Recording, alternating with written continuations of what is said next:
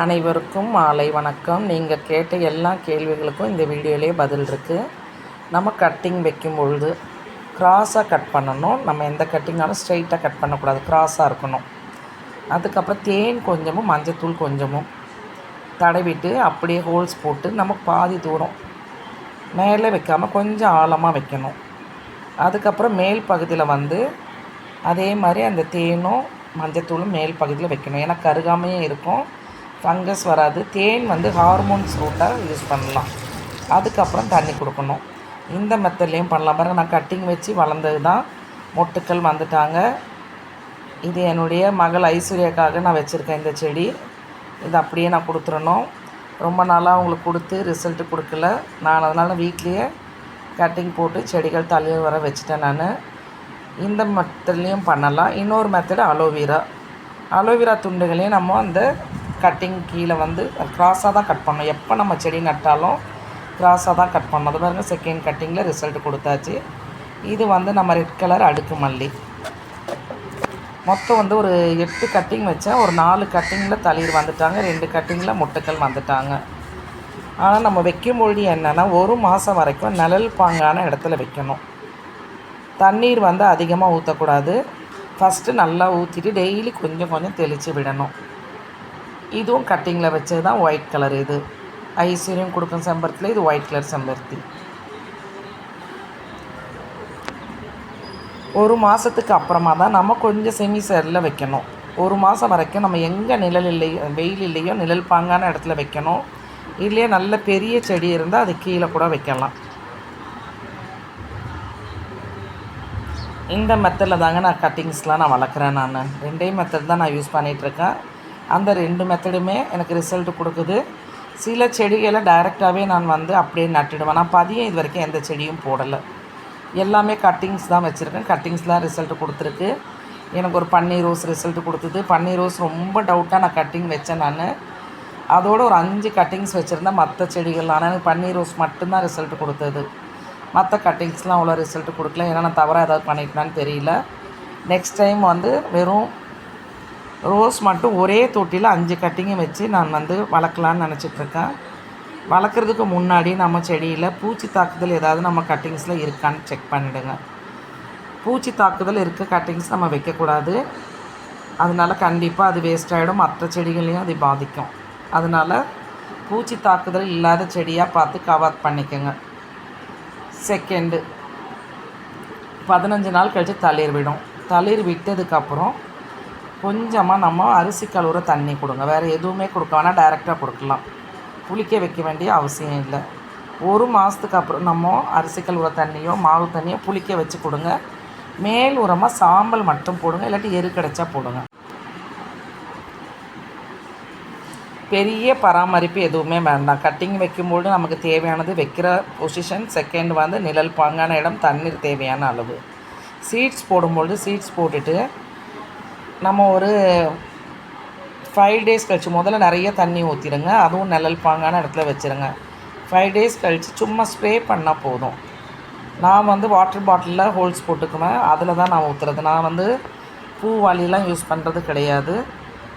எனக்கு அதுவே கரெக்டாக இருக்குது. எனக்கு செய்கிறதுக்கு ஈஸியாகவும் இருக்குது. எனக்கு அந்த மாதிரி நான் பண்ணுவேன். நீங்களும் அந்த மாதிரி பண்ணிவிடுங்க. 1 மாதம் வரைக்கும் இப்போ விதை போட்டாலும் சரி, கட்டிங் வச்சாலும் சரி, 1 மாதம் வரைக்கும் வெயில் பாங்கான இடத்துல வைக்கக்கூடாது.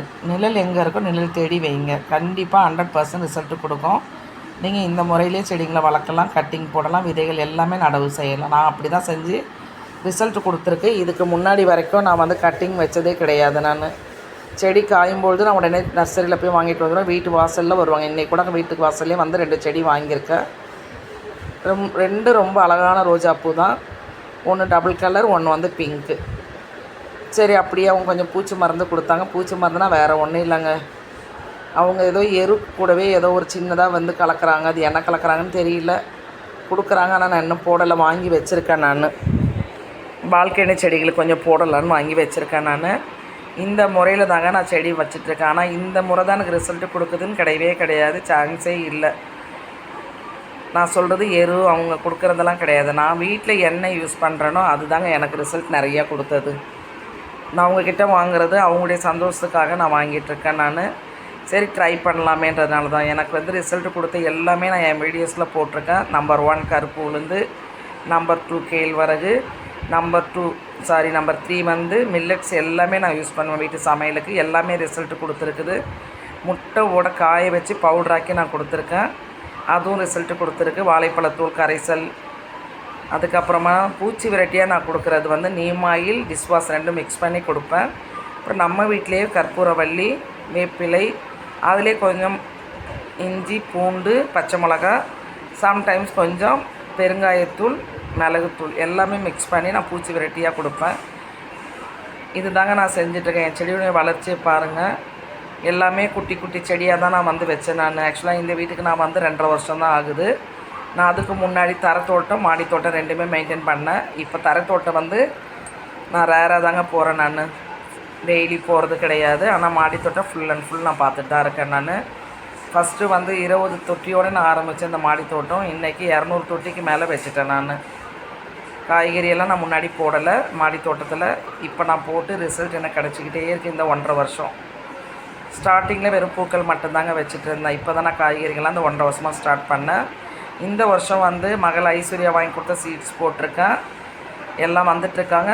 இன்னும் காய்க்கல. கண்டிப்பாக காய்க்கும்பொழுது ஐஸ்வர்யா அதெல்லாம் உனக்கு நான் வீடியோஸ் போட்டுகிட்டே இருப்பேன். நான் என்னுடைய வீடியோ பார்க்கும்போது நீ எவ்வளோ சந்தோஷப்படுறியோ, அந்த க்ரோ பேக்கையும் அந்த சீட்ஸையும் பார்த்துட்டு செடிகள் வளரும் பொழுது நானும் அதை விட அதிக அளவு சந்தோஷப்பட்டுட்டு தாம்மா இருக்கேன். நீ இந்த முறையிலேயே வந்து செடிகள் வளருமா, நல்ல ரிசல்ட்டு கிடைக்கும். வேறு எதுவுமே பெரிய பராமரிப்பே வேண்டாம். கட்டிங்ஸ் கொடுக்குறது கரெக்டாக பார்த்து மண்கலவை கொடுத்துருங்க. மண்கலவை வேறு ஒன்றும் இல்லை. 40% வந்து செம்மண்ணோ இல்லை சாதா மணலோ, 40%, 20% வந்து கோகோபீட், 20% வந்து வெர்மி கம்போஸ்ட்டு, 20% வந்து நான் சாம்பல் 10% வரட்டி. அதான் வரட்டி மாட்டு சாணம் கிடைக்கலன்னா ஆட்டு சாணம். எதுவுமே கிடைக்கலனாலும் ஒன்றுமே பரவாயில்லாமா. வெறும் கோகோபீட் 50%, மண் 50% கொடுங்க. அதுவே நல்ல ரிசல்ட் கிடைக்கும். அந்த மாதிரி என் தொட்டிகள்லாம் வச்சுருக்கேன். நான் மண்கலவை மட்டும்தான் நம்ம செடிக்குன்றது இல்லை. சில செடிகள் எந்த மண்ணில் இருந்தாலும் வளரும். அது செம்பருத்தி செடிகள்லாம் நீங்கள் எந்த மண்கலவை வச்சாலும் 100% ரிசல்ட்டு கொடுக்குமா. ரோஜா செடிகள் மட்டும் ஒரு செம்மண் அதிகம் தேவைப்படும். மற்ற எல்லா செடிகளுக்கும் நான் சொல்கிற மாதிரியும் கொடுங்க, ஒன்றும் பிரச்சனை. எது கிடைக்குதோ அந்த கலவை வந்து கொஞ்சம் மண் லூஸாக இருக்க மாதிரி இருந்தால் போதும், நம்ம செடிகள் நல்லபடியாக வளரும். ரொம்ப ஹார்டாக இல்லாமல் கொஞ்சம் நைஸாக இருக்க மாதிரி பார்த்துங்க, அவ்வளோதான். லூஸாக இருக்கணும். நம்ம வந்து மண் கிளறும்பொழுது லூஸாக இருக்கணும், டைட்டாக இல்லாமல். இப்படி இருந்தாலே நம்ம செடிகள் 100% ரிசல்ட்டு கொடுக்கும். இதில் எந்த மாற்றமும் இல்லாமல் பாருங்கள். மேரிகோல்டு எனக்கு ரிசல்ட் கொடுக்கவே இல்லை 2 வருஷம்.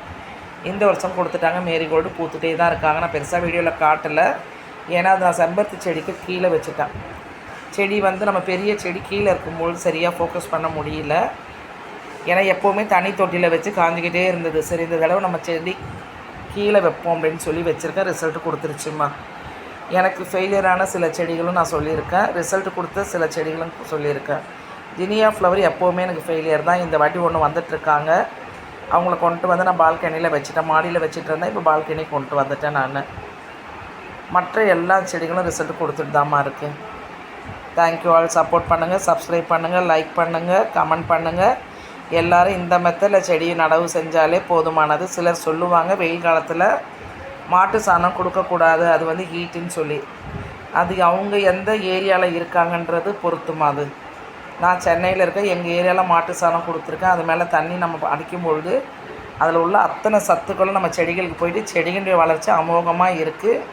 அசூர வளர்ச்சின்ற மாதிரி என் செடிகள் எல்லாமே பூக்கள் கொட்டி கொடுக்குறாங்க, காய்கறிகள் கொடுத்துட்டே இருக்காங்க.